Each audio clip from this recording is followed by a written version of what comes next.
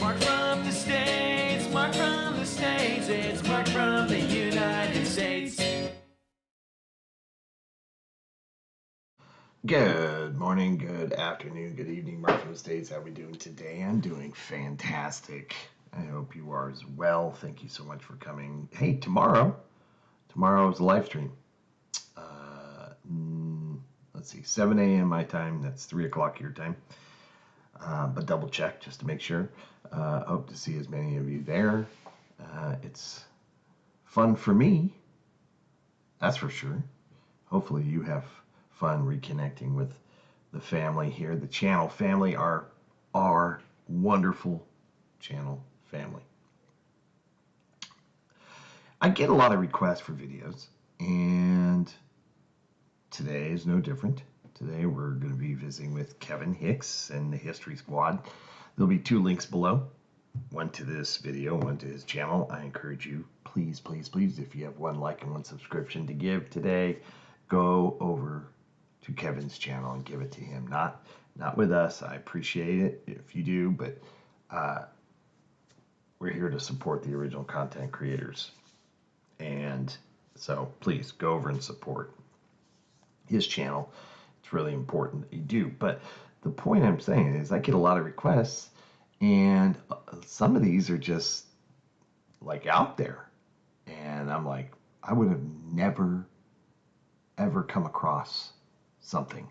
And it's so wonderful because, you know, I see something that I would never, ever even think to look for, think to watch, really.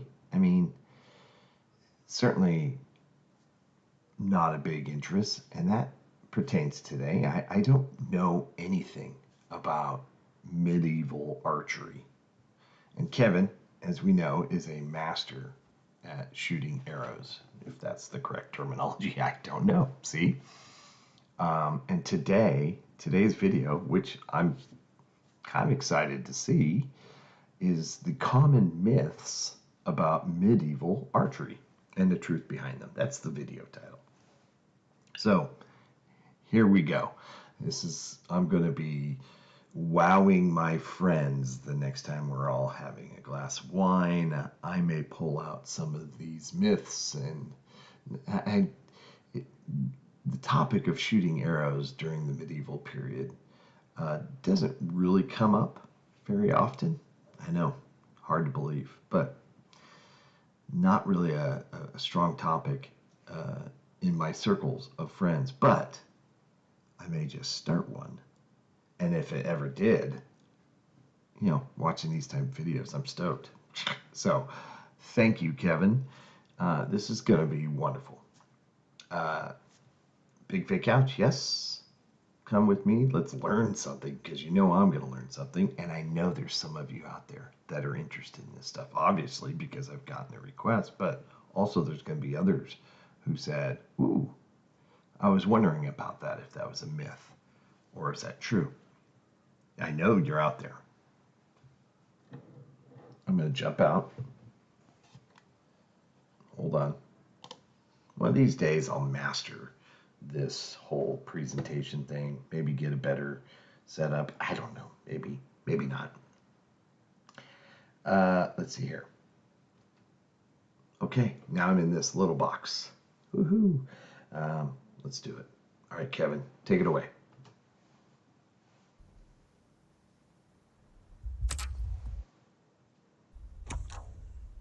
Oh, God. Hi, my name's Kevin Hicks. Welcome to the History Squad. Now, today we're out on location so I can have a good old shoot. But while we're here, we thought we'd do a bit of myth busting. Now, I've been shooting my lifetime over 60 years, professionally over 30 years. Boy, have I shot some arrows. And I thought I'd answer some of the questions and statements that people have posed to me. One of them was, oh, of course, the English bowmen used to poison their arrowheads. Well, I can't find any evidence of English bowmen having a big pot of poison. They could be dirty. But can you imagine that you're on the shooting line? So there's 5,000 bowmen at Agincourt. Were the people going amongst the bowmen with pots of poison? What happens when you accidentally cut yourself? Oh, he's dead. So I don't think they actually used poison arrowheads during the medieval times. I think it's a bit of a myth. So when I was... I could totally see that coming up in conversation at some point. I really do. And I go, no, that's a myth. And I have it on good authority that probably didn't happen. But man, you do see that in movies a lot. Not just with the English bowmen, but maybe native tribes. And that, I guess it still could be true. He did specifically say the English bowman. So maybe there's other instances of it happening in other parts of the world, which then just people, tend to just group everything together. So maybe that's how that myth came about. But you definitely see it in like movies and TV and stuff like that. At Warwick Castle, I remember going into one show and I got my arrow bags all ready, and I was confronted by an individual, a young man, and he said, well, of course, you wouldn't have had all your arrows on your back, you'd have put them all in the ground. Now, I think this is a little bit of a myth. Yeah, I've seen some pictures where it shows the bowmen have got arrows on the ground, for instance. Whoa. Could they have been just dropped there by their resupply? But think about it, putting arrows in the ground. So, here you go. What if you had to leave? At the leave? moment, that's nice, sandy soil. What if it's hard clay? Oh, yeah. And as you pick your arrow out the ground, it pulls the arrowhead off. Why did they have arrow bags then that you could sling over your shoulder? I think the best thing to do, put your arrows in your belt, keep them in your bag, because there's another problem. If you've got all your arrows in the ground and you get the order to advance, like at Cressy and Poitiers, where bowmen actually moved out into the battlefield, or withdraw, then you're going to look a right nana, aren't you, with all your arrows stuck in the ground, while everybody else is busy moving forward or pulling back. You are retrieving your arrows, or if you leave them where they are, you've got nothing to shoot. As far as I'm concerned, arrows, might put one or two down, the rest of them are in your belt or they're in your bags. So you can simply get a hold of them. Wow, great and shot. shoot the beggar like you're supposed to. I just assumed they all had quivers, or you know what those things are called? The bags. And they just kind of reached back, But the belt thing, obviously that seems to work really well. I was going to say, what if they have to move? There's always that guy who's picking up all his arrows when everybody needs to leave. Another misconception, I suppose that's what you can call it, is did medieval bowmen spine their arrows? Spine. In other words, the stiffness. Now, I've never spined my arrows. I spend a long time selecting them. If you were with me down at Wales Archery Specialists near Chepstow, you'd find Kevin has got an entire countertop. He's been cleared for me, and one by one, I roll my arrows, and then I flex them. I feel them. So I'm doing it, I suppose, the medieval way, because spining, as you call it, is a modern thing. Victorian, I understand it began, but it is definitely very much a modern thing. Your bowmen of old, their personal arrows, they would have selected them, I am sure. As for the people who made the arrows, they had to make them to a standard. So they can't be too stiff, they can't be too bendy, they have to be just right. But remember, it was what they did for a living. It was their craft, their skill. So these aren't idiots. They have years and years of experience. Just like me, rolling my arrows, bending my arrows, flexing them, and they feel just right. So when it comes to spining, it's a modern concept. The idea of what's the spining on your arrows. Me, they're just right, actually. And somebody says, oh, you don't spine your arrows. Well, you're not a bowman then. Oh, that's a shame, isn't it? I could just watch him nail that head thing, probably all video. Honestly, I don't even think I knew they bend. Maybe just a tad, but spining. How do you make it? I guess. I mean, once they're already made, I guess you could put something on them to make them stiffer, I guess. Interesting. That I don't see ever coming up. Because that's just gone straight between his eyes. Mm-hmm. I was reading a modern post just last week, and it was all about how the longbow, the English bow, the Welsh bow, the U-bow, was nothing more than a long-range weapon that they did these great big draws and shot at great distances. So if that's the truth, then what happens when the enemy are getting closer and closer? Or why did Henry V, I nearly said Henry VIII too, excuse me, why did Henry V advance his troops to within around 200 paces of the enemy, and then they shot to sting the enemy into action? But as the enemy rode down, especially on their horses, there were bowmen on each side. And they're not shooting long distance then, they're shooting straight into the cavalry. You take the Battle of Crecy, the enemy are getting closer and closer and closer. And some of them, you'll fetch them off their feet. This weapon is just like you would use a firearm in combat today. If the enemy are half a mile away, well, do your job. If they're 20 feet away, shoot the beggar. And then don't forget, the closer they are, the more penetrative power you've got with the longbow.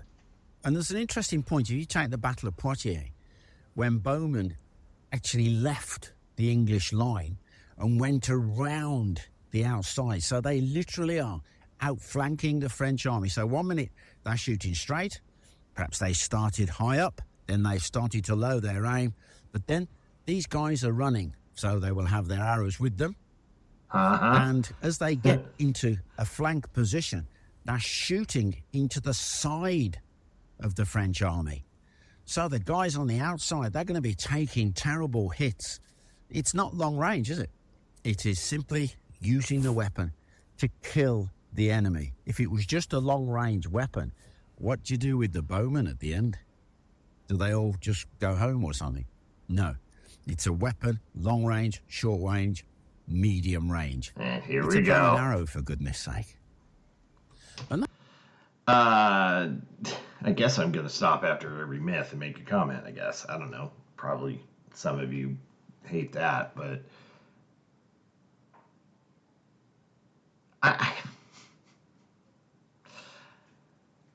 the fact that arrows penetrating humans is just not something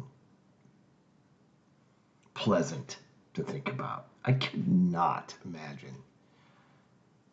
I'd rather get struck with a bullet, obviously. Because at least when the bullet hits you, you don't see it anymore. With the arrow, it's just sticking out of you. Oh God, it just makes me curl up. It just gives me the heebie-jeebies, just the whole thought of arrows slinging around. Ugh. that leads me on to another point, a myth, if you like. Once again, a modern post I was reading. Oh, yes, and of course, once the bowmen had shot their arrows, they were simply withdrawn. No. Once the bowmen had run out of arrows, they charged forward in their companies, in their combat groups. Why do you think they carried all of these other weapons? So, you look, Agincourt, Crecy, Poitiers, Villeneuve, so many battles where the bowmen, once the arrows have done, or even halfway through the shoot, maybe they don't need to finish all their arrows. They will simply put their bows down and advance in their combat groups. These men, don't forget, yes, professional archers, but most importantly, these were professional killers. It's what they did for a living. Huh, yeah. Although these bows are powerful, Makes total sense. they couldn't always penetrate armor. And don't forget, there's lots of different armor. There's your padded armor, your brigandines, it's got the little metal plates behind it. And of course, you have your plate armor. There are lots of films, lots of videos out there where they're doing experiments. They're trying to see if they can get through. Well, one of the things about the old armour is it wasn't rolled steel. It was hammered. So you might find a weak spot. But think about it. If you've got 5, 6, 7,000 Frenchmen coming towards you, it's only going to be the few hundred or maybe 1,000 men at the front who are armoured up. Armour, expensive game. You might be able to shoot it, buckle it. You might be lucky to get an arrow in there. But once they are actually coming down past the flanks of the bowmen, now that's a different target, isn't it? Because they might not have armour at the back. What about the 7,000 men who are behind them? These are your lower troops. They're not going to be fully armoured. They're still killers, so fetch them down. Let your noblemen deal with the enemy noblemen. If you see an open face, mind, put an arrow in it. If you see a good shot, armpit, groin, face, then shoot the beggar. But for the most part, don't waste your arrows on a fully armoured knight when you're aiming. Of course, at long distance, you don't know what your target is, but it's certainly going to keep their heads down. It's going to buckle the armour. It's going to make holes in it. It's going to get them to keep their heads down. But as a rule, arrows don't go through those incredible suits of armour.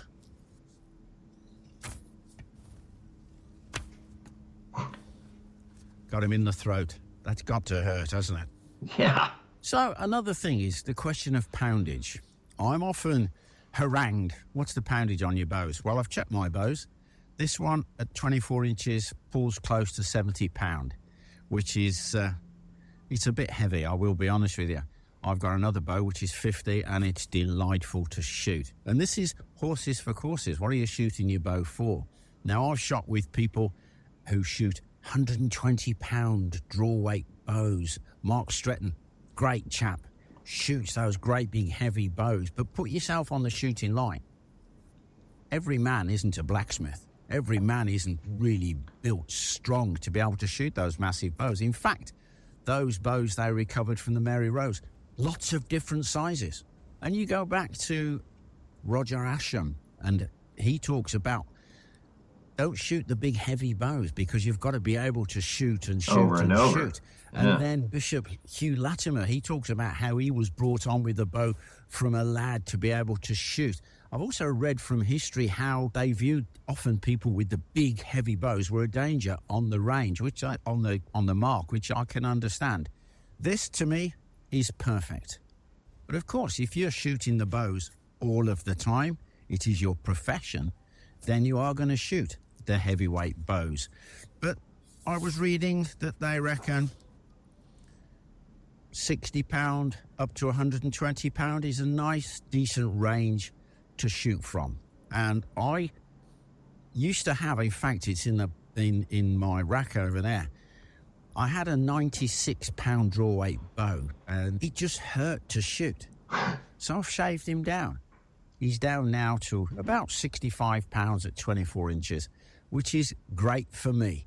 If you want to really let him go, get that bow right the way back. But if you're just shooting and you're enjoying, feel it, aim, let that go. And you'll notice I'm shooting full-sized arrows and they're bodkins. And boy, do they go.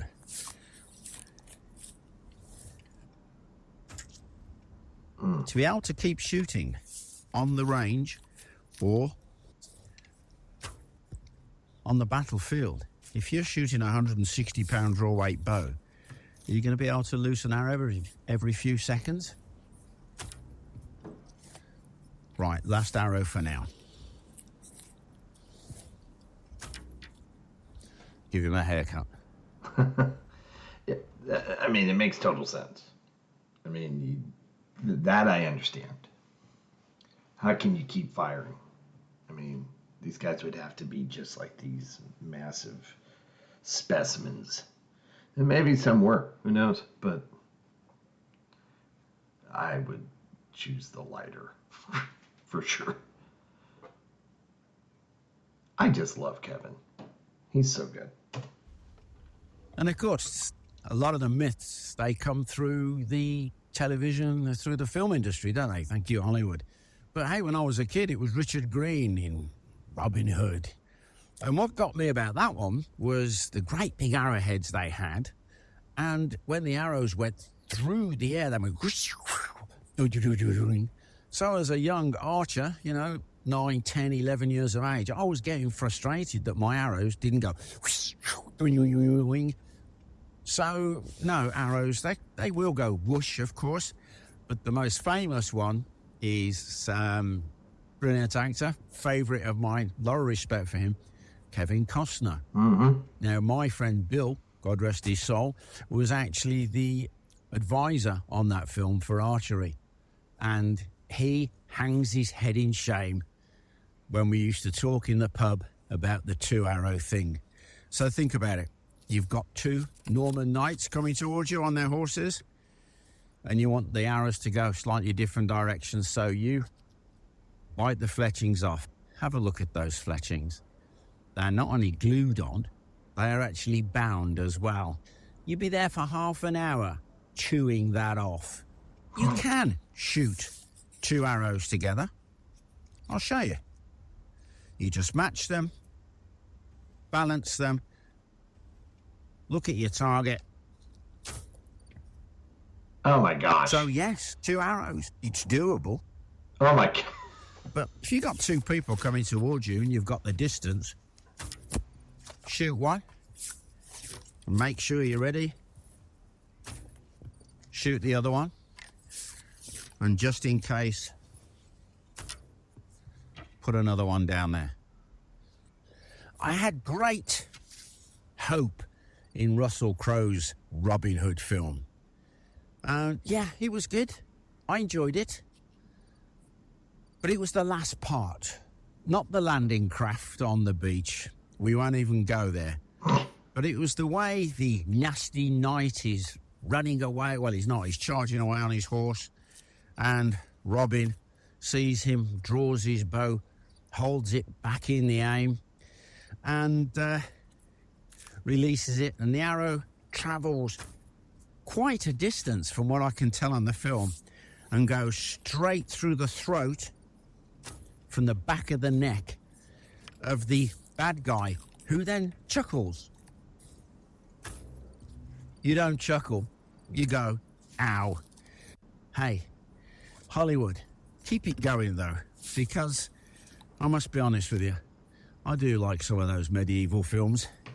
I remember the Kevin Costner one, and that was entertaining. I don't think I ever saw the Russell Crowe. I don't know why we keep needing the same story, but yeah, I forgot about the whole chewing on the feather or whatever they call it part. But that movie was good. It was good. Come on, it was good.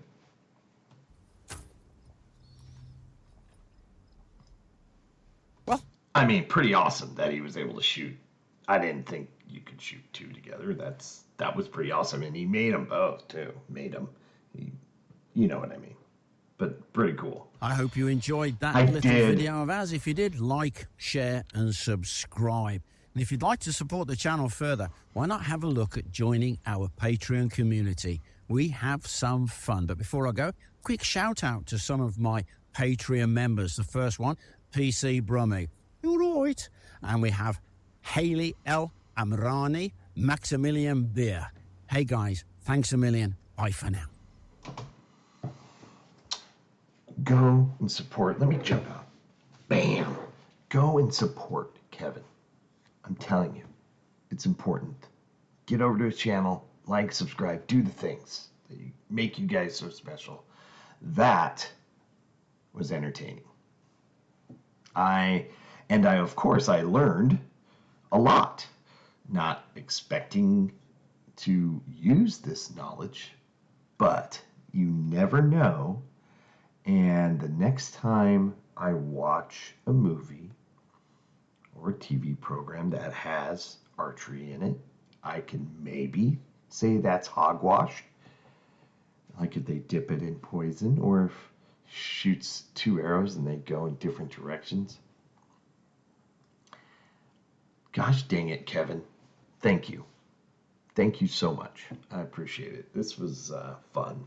It was fun because I am now 100% more knowledgeable about arrows and shooting arrows, medieval archery. Hopefully you are as well. Um, I don't anticipate a lot of people commenting, but I am here for it. Let me know if A, you are someone who does this sort of thing, if there's other myths that, that you want to bust, or tell me some of the things that what Kevin talked about, either you agree or disagree. That's what I love about our channel. I do the bulk of my learning after the video. And I don't anticipate I'll get a lot of people talking about this. It's kind of a niche, however you want to pronounce it, kind of a hobby to say, at this point, but very interesting. And I just love Kevin Hicks. Who doesn't love Kevin Hicks? Get over to his channel, support him. Hope everybody's happy, healthy, and safe. Tomorrow, we do have a live stream, 7 o'clock my time, 3 o'clock, I believe it's your times, but please double check on the time. And I hope to see as many of you as possible, or at least read as many of you as possible. Okay, until then, take care. Bye. Mark from the States, Mark from the States, it's Mark. And he's from